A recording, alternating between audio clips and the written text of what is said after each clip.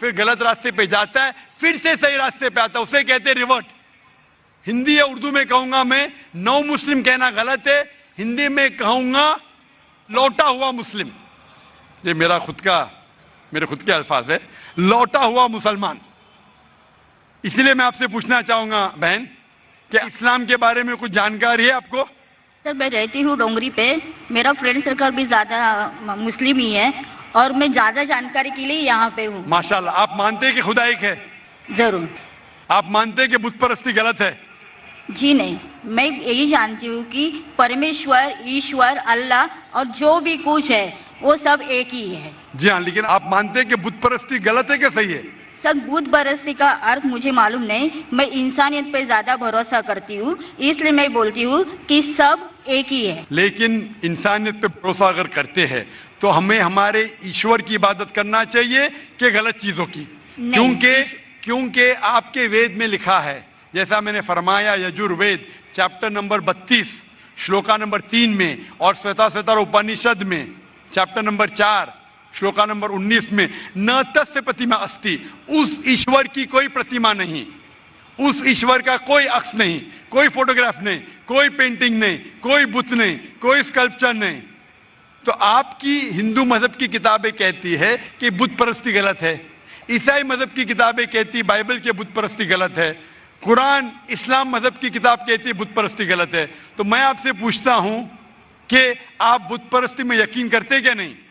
سر آپ بت پرستی جو بول رہے ہیں اس کو میرا میننگ نہیں سمجھ رہا، خالی مجھے یہی معلوم ہے کہ سب جو ایشور، اللہ، جو بھی کچھ ہے صرف ایک ہی ہے. بالکل صحیح، ایشور اللہ ایک ہے. لیکن اگر آپ ایشور کو، اگر مثال کے طور پہ ایشور کو آپ کچھ غلط ثابت کرتے ہیں اور اسے ایشور کہتے، غلط چیز کو ایشور کہنا صحیح ہے؟ نہیں، بالکل نہیں. اگر کوئی کہے گا کہ یہ ٹیبل یہ چیئر ایشور ہے، آپ مانیں گے؟ نہیں، وہ بھی ایشور غلط صحیح ہے، لیکن غلط چیز کو ایشور کہنا غلط ہے کہ نہیں؟ نہیں، بالکل. تو یہ میں پوچھتا ہوں کہ جو چیز ایشور کہنا کے لائق نہیں ہے، جیسے آپ کے مذہبی کتاب میں کہا گیا ہے ناتسیہ پرتیما استی، اس ایشور کی کوئی پرتیما نہیں، کوئی بت نہیں، کوئی پینٹنگ نہیں، کوئی پکچر نہیں، کوئی عکس نہیں. تو میں پوچھنا چاہتا ہوں کہ بت پرستی غلط ہے یا صحیح ہے پھر؟ نہیں سر، وہ غلط ہی ہوگا. بالکل صحیح، ماشاءاللہ. تو آپ مانتے ہیں کہ بت پرستی غلط ہے؟ جی صحیح. آپ مانتے ہیں کہ خدا ایشور ایک ہے؟ ایشور، اللہ سب ایک ہی ہے. بالکل صحیح. آپ مانتے ہیں کہ محمد صلی اللہ علیہ وسلم اس اللہ کے پیغمبر ہے؟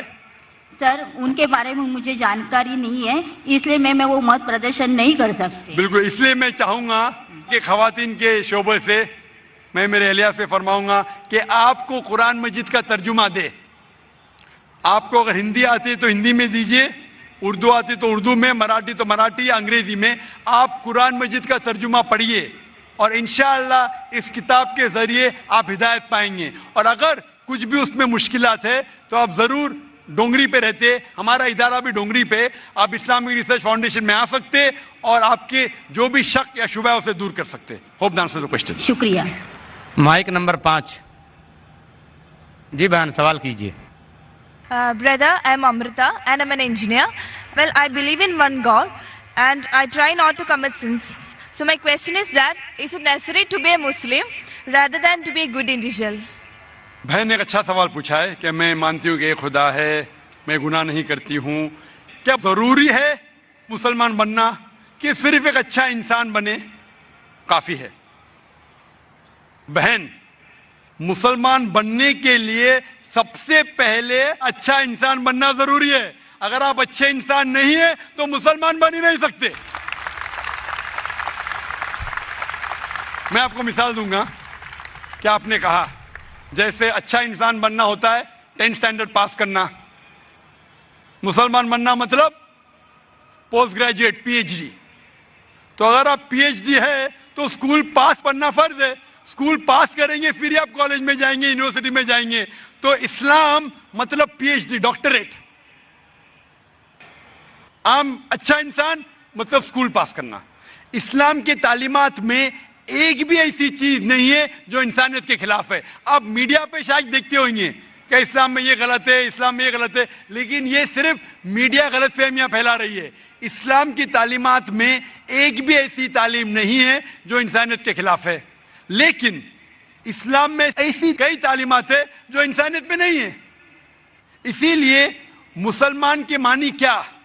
مسلم معنی وہ شخص جو اپنی زندگی کو اپنے خالق، اپنے بنانے والے کے مطابق اپنی زندگی بسر کرتا ہو۔ تو یہ ضروری نہیں ہے کہ جو ہمارا خالق ہے، جو ہمارا پیدا کرنے والا ہے، ہمارے بنانے والا ہے، اس کی ہم عبادت کریں، اس کا شکریہ ادا کریں اور اس کے مطابق ہم زندگی بسر کریں۔ مثال کے طور پہ آپ جب بیمار ہوتی ہے تو آپ کس کے پاس جاتی ہے؟ کس کے پاس جاتی ہے آپ؟ ڈاکٹر. کس کے پاس؟ ڈاکٹر. ڈاکٹر کے پاس. کیوں؟ کیونکہ ڈاکٹر ہمارے جسم کے بارے میں زیادہ جانتا ہے۔ اسی طریقے سے ہمارا خالق، ہمارا مالک، ہمارا رب، ہمارا ایشور، ہمارا اللہ ہمارے بارے میں زیادہ جانتا ہے۔ تو یہ آخری کتاب، آخری کلام قرآن مجید ہمارے لیے ایک پیغام ہے انسانیت کے لیے، کس طریقے سے اچھا انسان بننا، کس طریقے سے صحیح کام کرنا، کس طریقے سے اچھے کام کرنا۔ تو یہ آخری پیغام قرآن مجید ہمیں سکھاتا ہے اچھا انسان بننا۔ لیکن اچھا انسان بننا کافی نہیں ہے، اچھا انسان بننے کے علاوہ ہمیں ایشور کی عبادت کرنا چاہیے، کیونکہ انسانیت جو ہم جانتے ہیں وہ ایک ہمارے تجربے کے ذریعے ہمیں کچھ چیز پتہ چلتی ہے، لیکن ہمارا خالق، ہمارا بنانے والا جس طریقے سے ڈاکٹر ہمارے جسم کے بارے میں زیادہ جانتا ہے، اللہ سبحانہ و تعالیٰ خدا سارے ڈاکٹروں سے اور اونچا ہے۔ وہ جانتا ہے کیا ہمارے لیے اچھا ہے، کیا ہمارے برا ہے۔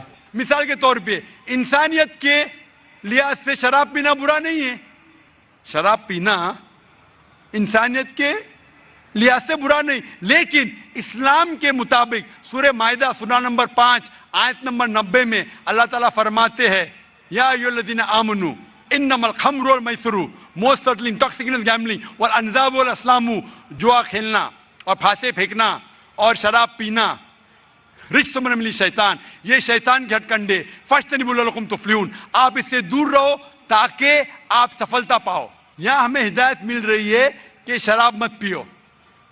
آج کی تحقیق یہ کہتی ہے کہ شراب پینے سے سب سے زیادہ موت ہوتی ہے۔ جو چیز کھانے میں سب سے زیادہ موت انسان کو دیتی ہے وہ نمبر 1 ہے شراب۔ ہر سال کروڑوں لوگ مر رہے صرف شراب پینے کی وجہ سے۔ آج کی تحقیق کہتی ہے کہ جتنے بلاತ್ಕಾರ ہوتے ہیں اکثر 80% سے زیادہ جو بلاತ್ಕಾರ کرتا ہے یا جس پہ بلاತ್ಕಾರ ہوتا ہے یا دونوں شراب کی حالت میں ہوتے۔ تو شراب پینے سے بلاತ್ಕಾರ بڑھتا ہے، زنا بالجبر بڑھتا ہے۔ شراب پینے پر تقریر کر سکتا ہوں، تو یہ آپ کو انسانیت میں نہیں ملے گا۔ اسی لیے میں کہتا ہوں کہ اسلام مسلم انسانیت سے اونچا ہے، اور ایسی کوئی بات نہیں اسلام میں جو انسانیت کے خلاف ہے۔